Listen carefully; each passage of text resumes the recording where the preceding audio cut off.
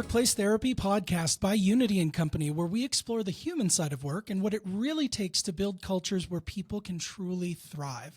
I'm your host, Scott Arrieta. I'm the CEO of Unity & Company, and today's guest is Dr. Melanie Gray. She's a trauma-informed leadership consultant, nurse educator, and workplace wellness strategist who's spent her entire career helping people and organizations to heal. Her work focuses on creating environments that recognize the impact of trauma and build pathways for resilience, compassion, and growth. And in today's conversation, we dig into a truth that's easy to overlook, that trauma doesn't stay outside the workplace. It shapes how we show up, it shapes how we lead and how our teams function, often in ways that we don't even realize. So Dr. Gray brings a powerful blend of science, empathy, and lived experience to this topic. And I think that you'll walk away seeing that leadership, and maybe even in your own workplace, in a completely new light. So let's get into it. Dr. Gray, thanks so much for being here with us today. Well, Scott, thank you so much for having me as your guest. I'm truly excited and honored. I'm truly excited too. I cannot wait to learn from your wisdom and your experience. Let's just get into it. So,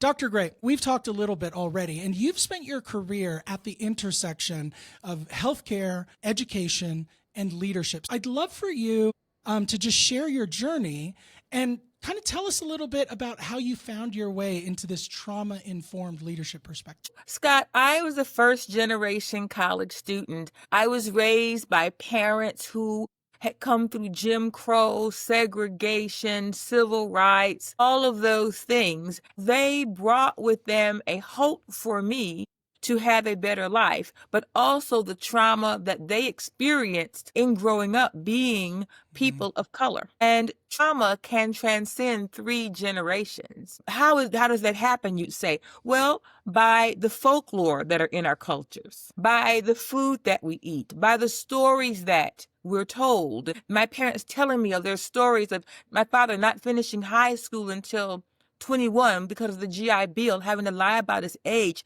just so he would get out away from the farms. And I looked on Ancestry when they did these U.S. Census in like 1930 something, and they didn't even acknowledge my father as a kid with a name. He was just a boy, all of his kids. So just imagine not even being humanized by a name that you had and were given. They gave to me a sense of wanting to do better, of discipline, of needing to stand up for myself, show up.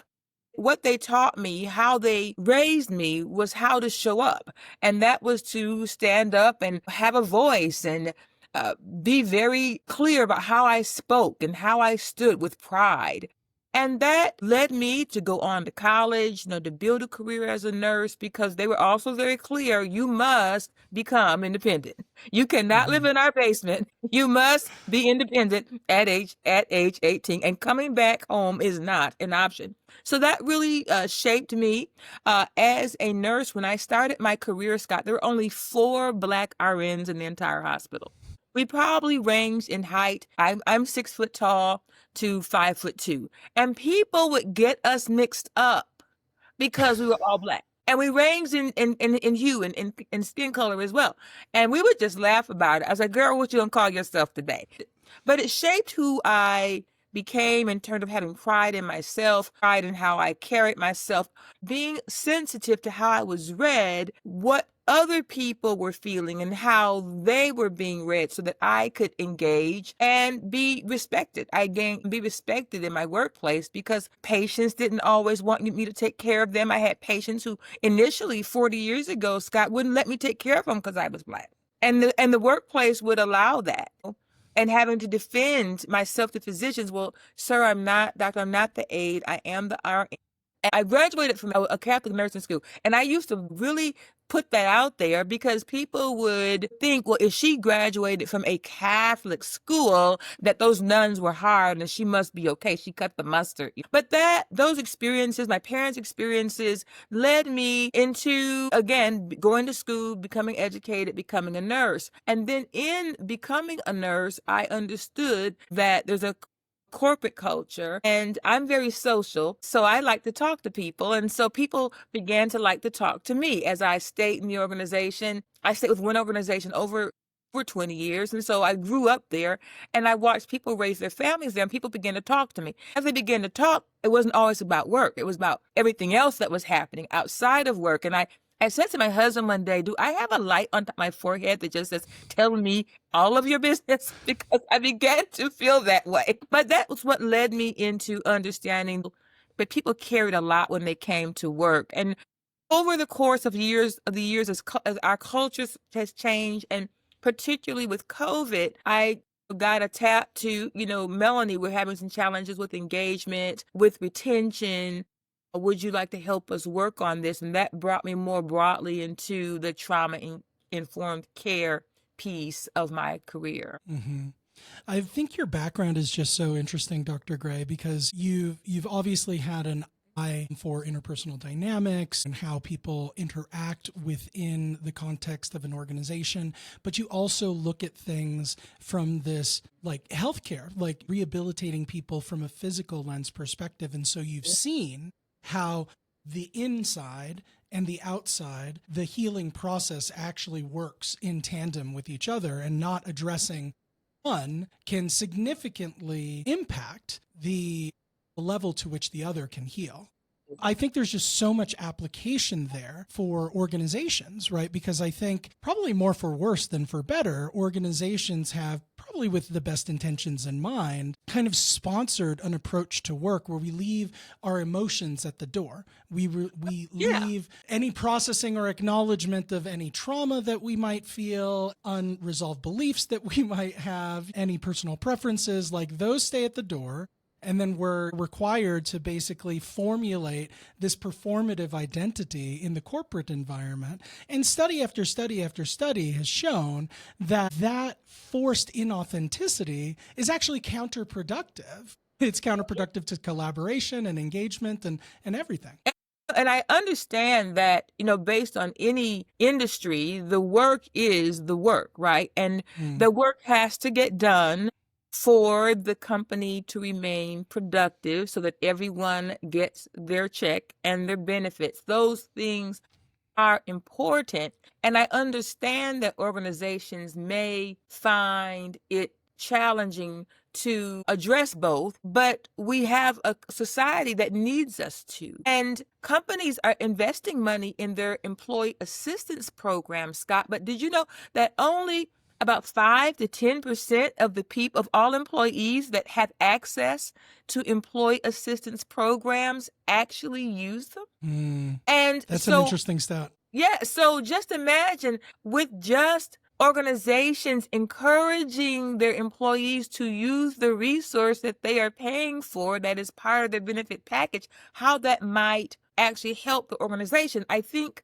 that when I've asked people, so why don't you use it? They say, well, they don't believe it's private. And it really is.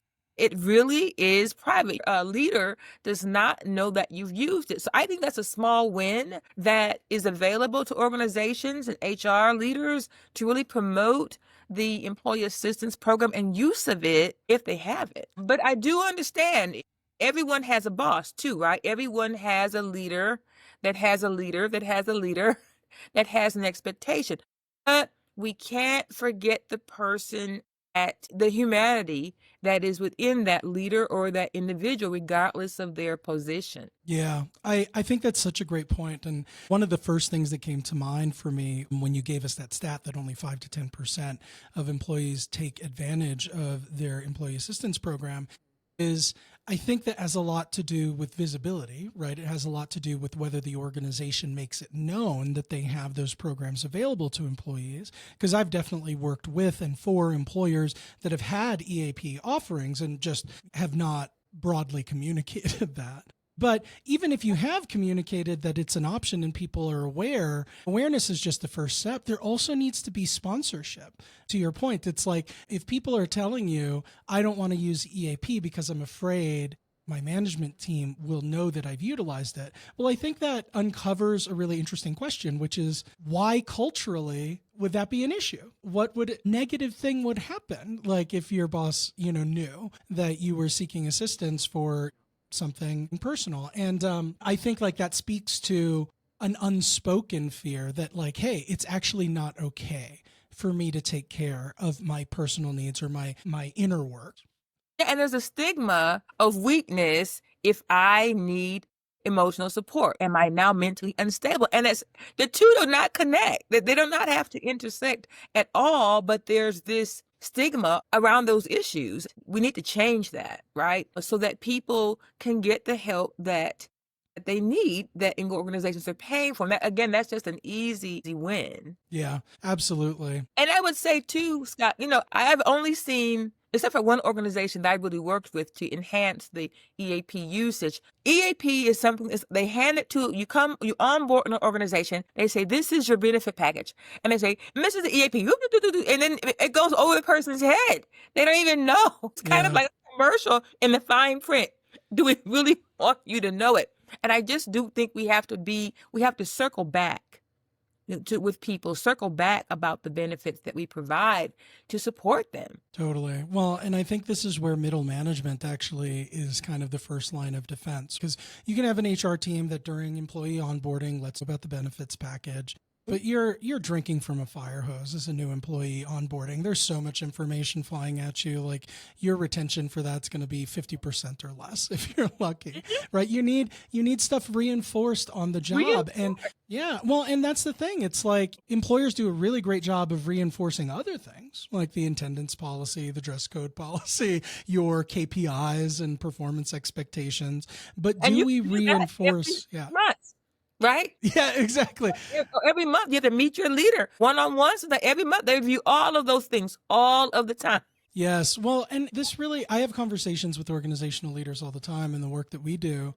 And it's interesting to me because, especially with the rise of like AI and automation technologies, there seems to be this pervading attitude in some organizations and industries that the trend is to treat humans more and more like machines, or at least like overlay productivity expectations on them that are more machine-like, stripping away as much free time or rest time as possible, making sure that we're cranking the productivity expectations up to max, making sure that you're leaving all emotion and, interpersonal satisfaction kind of at the door. I obviously philosophically have an issue with that, because there's a litany of research that shows that when you allow people to engage authentically in a way that cultivates trust and psychological safety, you'll actually produce better results for your organization. But even if you don't believe that, I think that most executives intuitively know that, let's just say you could wave a magic wand and replace everybody in your organization with a machine. And so they have no emotions. They just do what they're programmed to do. But every machine, I do not care if it is a computer. I don't care if it's a fabrication machine. I don't care if it's an assembly line. Every machine requires maintenance. Every machine. And if you do not maintain your machines, that could lead to, in some instances, catastrophic failure. If you ignore the maintenance needs of your equipment, why is it that we as leaders do not apply that same mentality to our people? Our people have maintenance needs as well. We cannot be expected to run into perpetuity with no maintenance. And with some organizations, sometimes the focus for the leaders is on just meeting their goals and doing the minimum for engagement so that they get their wins. But as you said, we cannot become so elitist. I think that in some respects, we can organizationally become very elitist in how we talk and engage as other leaders, and how we see people that are not at the leadership level as just pawns to meet the end for the organizational end, so that we get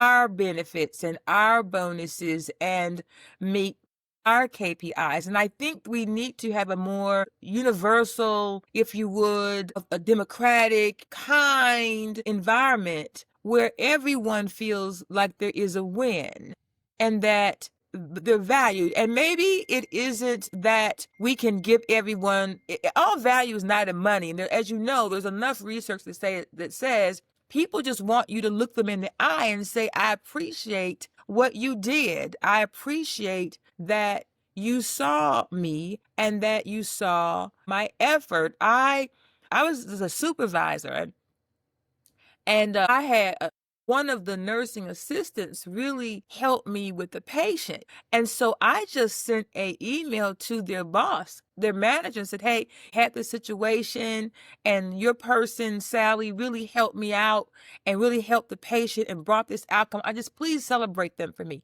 That person loved me and you chased me down the hall. Thank you for telling my supervisor. Thank you for seeing me.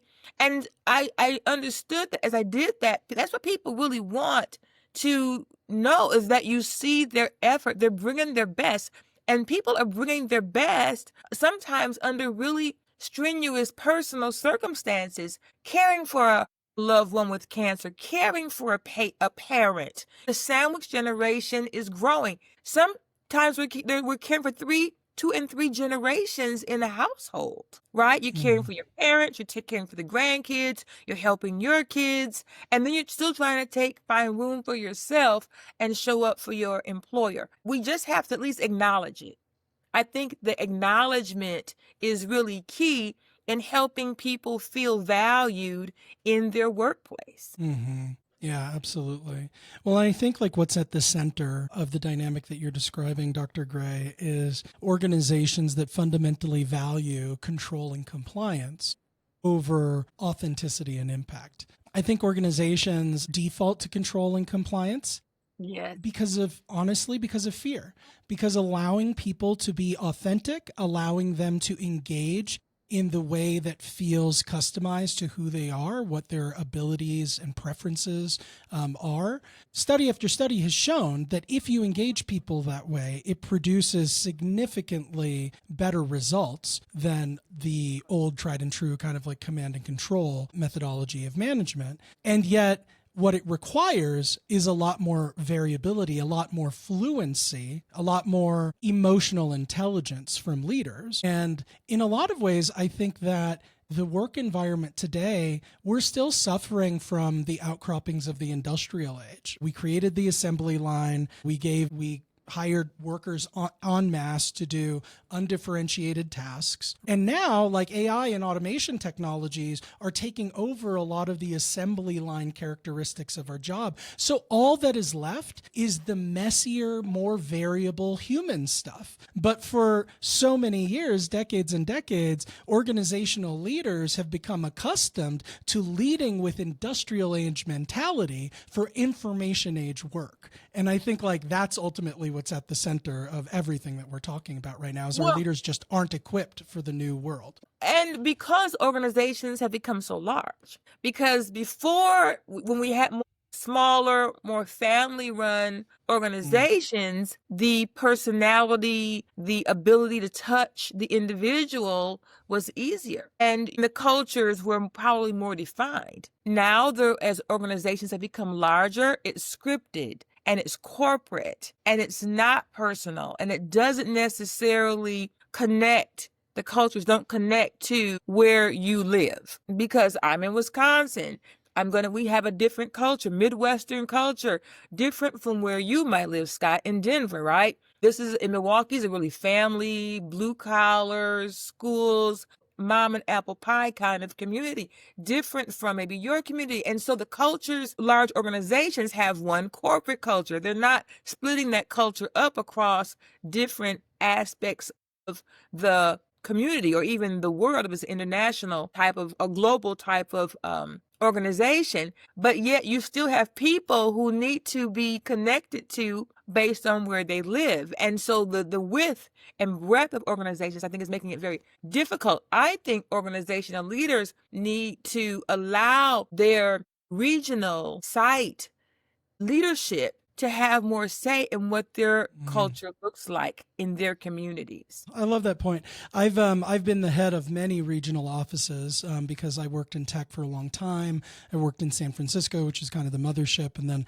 I moved to Austin, where a lot of tech companies have kind of like their satellite offices. And there was definitely this very distinct cultural difference between kind of the mothership culture and the satellite culture, especially Austin. Austin is similar to San Francisco, but Austin is its own animal. It's very different, right? And so I totally see that where, and really what it comes down to, like as you were speaking, Dr. Gray, I think is intentionality. With the scale in which organizations today have grown and are expected to operate, it's no longer possible to kind of intuitively create a culture and just hope for the best. You really have to have a dedicated strategy on what your culture is going to be and how you are going to scale it by geography, by language, even by generation, because for the first time in forever, we now have 5 generations actively working in the workforce. And here's the thing, these generations could not be more different. And they don't talk to each other. I mean, and that's, I think, part of the reason why they couldn't be more different. Even communication preferences are so different between these generations. So I'm an elder millennial. I'm kind of like in the middle of the timeline, right, of everybody that's in the workplace. But I remember one of the companies that I worked for during my career, I was leading a team of about 400 people who were all in their early 20s. So they were Gen Z at the time. Oh, wow. And I'm an elder millennial. And I was running a contact center, and this contact center only serviced clients through email, right? And one of the things that we needed to do to gear up for our public offering was deliver synchronous communication channels, so phone and chat. Well, let me tell you, this generation did not want to talk on phone and chat. Like maybe more chat than phone, but we had to train them like, hey, chat is not text. Like there are still standards of professionalism for chat, but the phone was the hardest piece. And our HR team basically said, hey, this is the same job level as your email only agents. And so you can't pay the phone team anymore. I had to really figure out a way to connect with people who fundamentally did not want to talk on the phone because that's not their preferred communication style. And I didn't have the benefit of giving them more money, to your point earlier. Like money is a baseline satisfier, but it's not necessarily enough to get you to do something really intrinsically scary, right? And so that was I think an interesting example of how, meanwhile, we've got baby boomers sitting in executive roles who all they've known is talking on the phone. And so they kind of look down at Gen Z and like they have some kind of a deficiency. Yeah, and exactly. The moments they want to meet, they can be sometimes very meeting centric. Oh, totally. And Gen Z is like, this could have just been an email, right? And so these are the kind of things that culturally organizations really need to be strategic about. You can't just waltz into a room of varied composition and expect that your default way of doing things is going to resonate with everybody in that room. There's a level of emotional intelligence that's required to change your approach. Well, in addition, millennials and Gen Z, they don't want to ask questions. There is a degree of social anxiety that the literature says they experience when they have to ask a question. So organizationally, we have to create safe spaces and teach them that it's okay to ask. Because sometimes people don't know what they don't know, or they don't know how to ask. And so then we're troubleshooting problems that we could have avoided had we taken the time to acknowledge that is a difference. It might be a generational difference, a personality difference in how we function. Yeah, absolutely. Well, I also hear the possibility in what you said, Dr. Gray. I do think, experientially anyway, that there is a preference for less face-to-face synchronous communication as you progress through the generation. So I think that that's true. But I also feel that part of that preference could be driven by fear, right? And some of that fear could have its roots in whether or not your organizational culture is fundamentally a trusting and psychologically safe place to be. And so this idea of fear, like you and I have talked about this a bit, that fear drives a lot of our behavior. So, for example, executives chasing bonuses, which you've mentioned, employees fearing failure or fearing standing out, which leads to kind of a lack of communication and engagement. So fear just shows up everywhere. And this is something that we're willfully blind to in the corporate environment because fear is an emotion and we don't really acknowledge emotions. So how do you see fear showing up in leadership today? How can we bring this home for leaders who might not be looking looking for the fear in their organization, but it's definitely present. Oh, yes, especially right now with Mm. what we see going on nationally, internationally, with wars, with the economy, with AI. Work America last year said that 41% of workers worried that AI may take some aspect of their job duties. And so that's a fear. I think that organizationally, we have to let people know be honest. This is where we see using AI. This is our 3 to 5 year plan, and this is what you can do. We just spoke about in organizations, people not using their employee assistance program and the need to reinforce that benefit. Well, what is wrong with helping our team members retool for the future? Many organizations offer educational assistance. Why not partner with your community schools and universities and help your employee team members retool? And use the benefits that you're providing, because even if you cannot reuse them, if they have to be displaced, at least you've helped them have a plan B, either in a new position or with another organization. I think we have to have that honest conversation. Yes, technology is changing. Yes, the organization is changing, but this is what we can do to help you. We do not know all of the unknowns. There's no way that we could have predicted what we're seeing right now, but we can help people learn to save their money, use their 401k, plan for the future, learn to live on one income, use their educational benefits, use their EAP program. We cannot insulate people from everything, but we can do our best to help them use what's present, to be aware of the present, and be willing, if they are willing, to retool and repurpose. Because our Gen Z, millennials, there's a long window that they're going to have in the workforce. Let's help them navigate through it. I think that is one way, and to collectively say this could happen to any of us. Absolutely. Well, I want to switch gears a little bit, because I've realized we've gotten kind of deep into this conversation, and it occurs to me that we might have some leaders in our audience that are listening and feeling a little bit overwhelmed, because culture building is a big endeavor, right? There are lots of different components to it. Too, though. It's big in Denver, and it's a big endeavor. Yeah. But there are a lot of components to it. It touches every facet of your business. Like if you're thinking about making a change or feeling convicted that you need to make a change, you can be feeling like, well, where do I start with this? Right. And what I always tell organizational leaders when we're starting conversations about culture transformation is like, listen, like this seems like a big thing, right? And there are things that we can do to refine and grow incrementally over time. But the number one thing, are you approaching the way that you run your business with curiosity versus judgment? Are your executives modeling curiosity and empathy over judgment and control? And if that is the pervading theme within your organization, you'll get to the right answers because you're asking the right questions, right? And I think too often organizational leaders just don't ask any questions as it pertains to anything trauma-informed, anything human-centered. We kind of like use the logic center of our brain, and all of our conversations kind of operate or come from almost exclusively that place. So you've had actually really great experience because you've taught healthcare teams how to lead with empathy and curiosity in a really high-stakes, environment. So what can business leaders learn from those same principles in meetings and mentorship and feedback in all aspects of their business? Well, first you have to become aware of your own triggers. What triggers you? What behaviors? If you are a very succinct person in your communication, does that team member who likes to elaborate and emote more rub you the wrong way?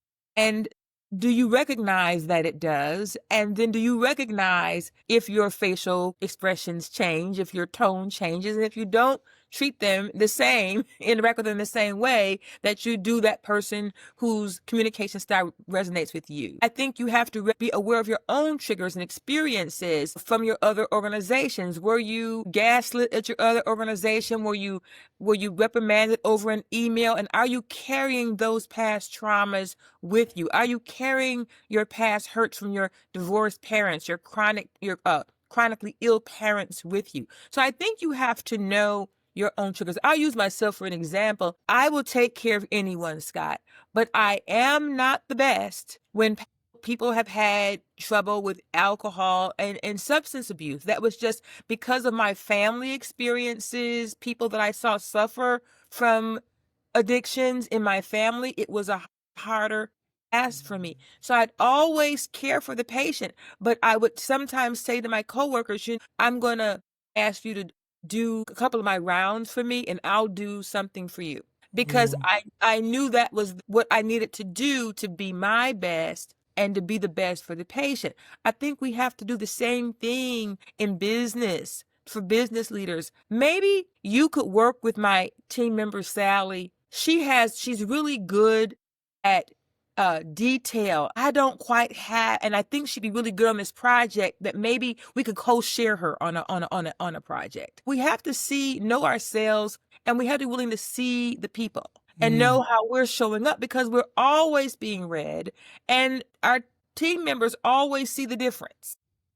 And I think that is very essential. I think it's important to be honest with your team. My leader has put these expectations on me, and it's feeling a little tough. This is what I need from you, and this is how we can help each other. If you see a behavior in me, because I have these expectations, I need you to call me on it.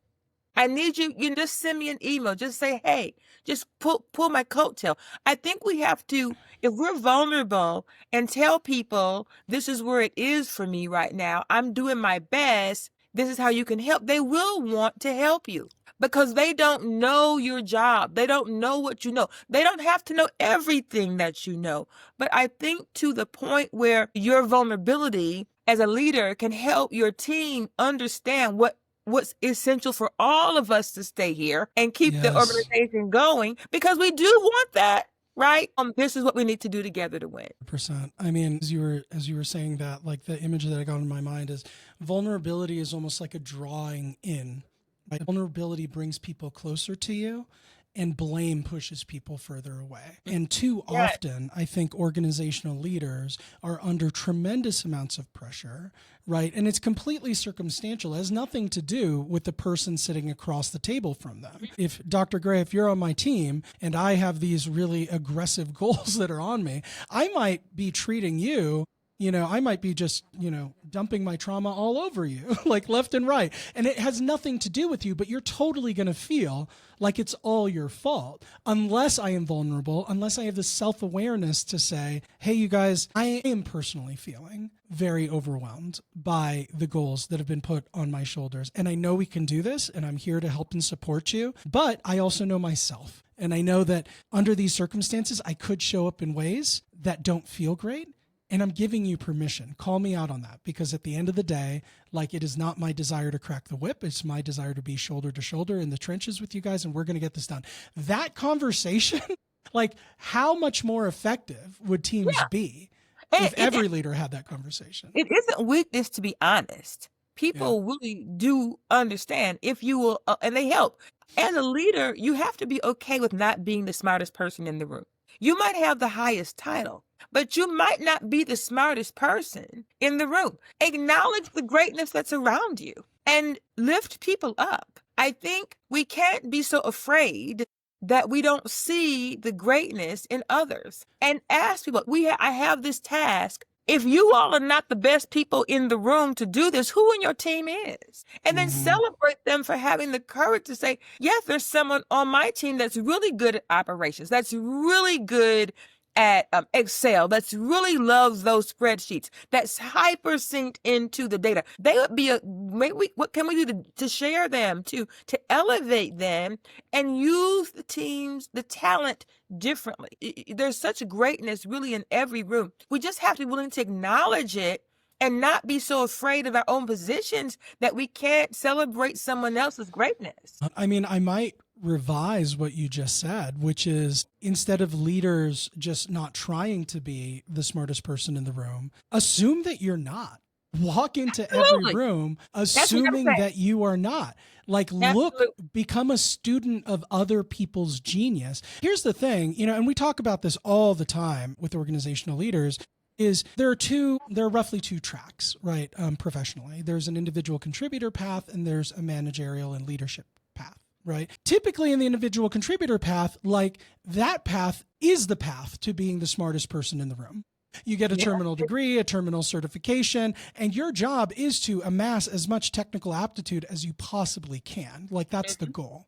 With leaders, though, like, there's something really interesting that happens because the moment you take your first leadership position, you are basically ceding the right to be the most like intelligent and smartest person in the room, because in order to be an effective leader, if you are constantly trying to shore up your technical aptitude and compete with everybody to be the smartest person sitting at that table, You're exhausted. well, and you're not empowering your team, you're significantly undermining your multiplicative impact. You could have a leader who is maybe half the intelligence, 60% of the intelligence as a leader over here, but this person taps into the collective genius of their team. And if your team is 400 people all authentically wielding their collective genius, you're going to get a lot more done than Einstein over here, who can't motivate anybody in their org to do anything, Well, you're going to have that culture of team, because teamwork does make the dream work. You're going to create the culture, and it will be organically developed, not a program, because people are not following programs. I mean, programs are not going to engage people, are not going to build the retention. It's the authenticity, it's the win that they had together. And we've seen this across history as we nationally, as a nation, have done great things. Well, let's do a little bit of visioning here as we're wrapping up our conversation today, Dr. Gray. So I just kind of want you to paint us a picture. So if every organization embraced this trauma-informed approach to leadership, what do you think the workplace would look like 5 to 10 years from now? I think in 5 to 10 years, you'd have people really coming to work, enjoying their job. They would be free to contribute. They wouldn't have a fear of imposter syndrome. They would really be utilizing the benefits that are in the job to help them become better people and better employees. I mean, the truth is, people are going to change jobs 12 to 15 times, right? But what can we do to get the best within that person, from that person, and help them be better and better positioned for their future? That's a win for everyone. I envision that you'd have communities of people that it's made at least one lifelong friend at every job they went to. And so that is something that I have valued, that I have created lifelong friends, relationships throughout my career, and that the workplace would still support that. Even though we might be wider and maybe even taller, I don't think we have to lose the relationship. We don't have to lose the intrinsic value of loving to come to work and then going home and having a life. And that is the other piece. I envision a workforce in which, if you are really slated to work 40 hours a week, it's only 40. And that we help people fashion a life outside of work and community outside of work. And that we foster identities that are broader than just the titles that we have at work, but our identities are celebrated as parents and as daughters and sons, as Girl Scout leaders, as Boy Scout leaders, as board members, as community servants, as someone that helps their neighbor. I would like to see a world of work in which we celebrate that whole person, and that the work environment fosters people being more than work, but being whole and being authentic. I love that. I hope to see that world in 5 to 10 years that you're promising us, Dr. Gray. So you and I have got to get to work. Yes, you and I have got a lot of work to do, as well as all of our leaders listening. who are convicted that this is where they want to take their organizations. So we probably do have some leaders in the audience who have been listening to what you've said, have been nodding along in agreement vigorously the entire time, but are probably overwhelmed because it just seems like a big task. So I'd like for you to speak directly to those leaders. So if they're listening and they feel overwhelmed but convicted that they want to bring this change to their organization, what's one small action that they can take this week to begin creating a more healing and inclusive workplace? I think the first thing that a leader can do is take the weekend to really reflect and take care of themselves. Have a weekend of no email, no phone calls. If you're not on call, no pagers, texts, just step away and allow yourself to be refreshed, to really consider what is it that you want personally out of work and your career. Really ask yourself, are you who you want to be right now? And are you where you want to be right now? It is courageous to change. It takes courage to change. And change is not a bad thing. Once you've taken the time to reflect and answer for yourself, what do you really want? Then you are able to start with first maybe your most senior leaders, and you start building with them the culture that you want to have, you want them to build with your team. It might start with, we're going to have a weekly check-in as a team.